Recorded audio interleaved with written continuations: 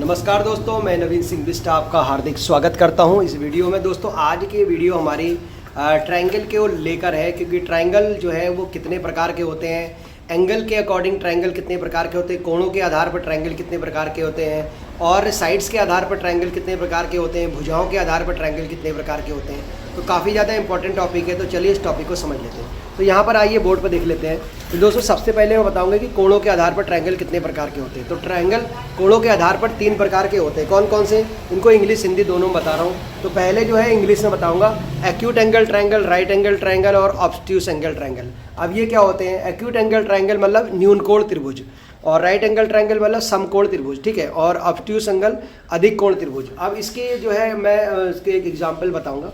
तो न्यून कोण त्रिभुज मतलब वो होता है जिसमें कि सारे जो एंगल होते हैं वो उसके जो है 90 डिग्री से कम के होते हैं, यानी सारे एंगल 90 डिग्री से कम के होते हैं, तो उसे बोलते हैं हम एक्यूट एंगल ट्रायंगल, ठीक है।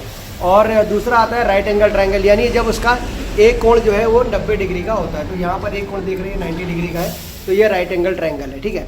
ऑब्ट्यूस एंगल अगर एक कोण जो है उसका 90 डिग्री से अधिक होता है, जैसे कोई कोण जो है 90 डिग्री से अधिक होता है, तो इसे हम बोलते हैं अधिक कोण त्रिभुज, यानी ऑब्ट्यूस एंगल ट्रायंगल।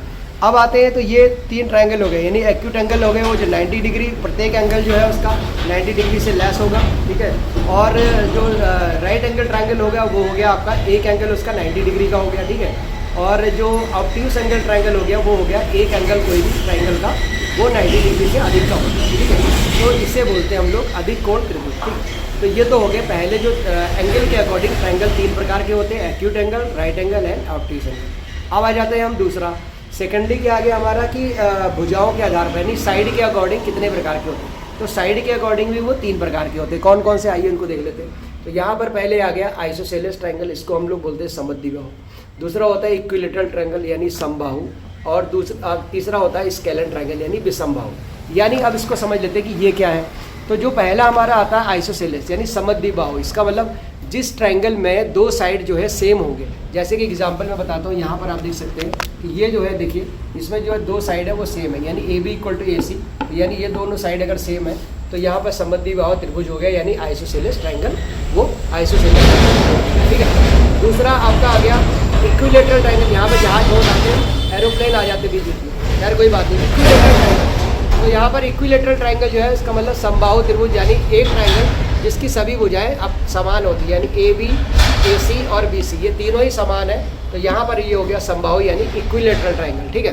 अगला हो गया तुम्हारा स्केलेन ट्रायंगल। स्केलेन मतलब विषमबाहु त्रिभुज, यानी जो त्रिभुज की कोई भी भुजा बराबर नहीं होती, जैसे कि AB, BC और CA ये तीनों ही इसकी जो साइड है वो इक्वल नहीं है।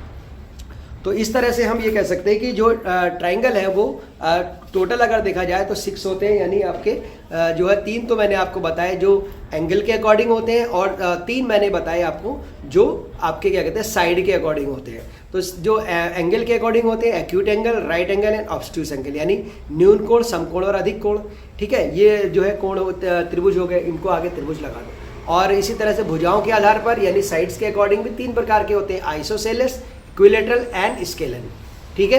क्लियर, समझ में आ गया। तो ये जो सेगमेंट था आई होप कि आपको समझ में आ गया होगा। अगर चैनल पे पहली बार आए हैं तो चैनल को सब्सक्राइब जरूर करें। UK कोचिंग, कुंडेश्वरी, काशीपुर, जिला Udham Singh Nagar, Uttarakhand. Thank you very much.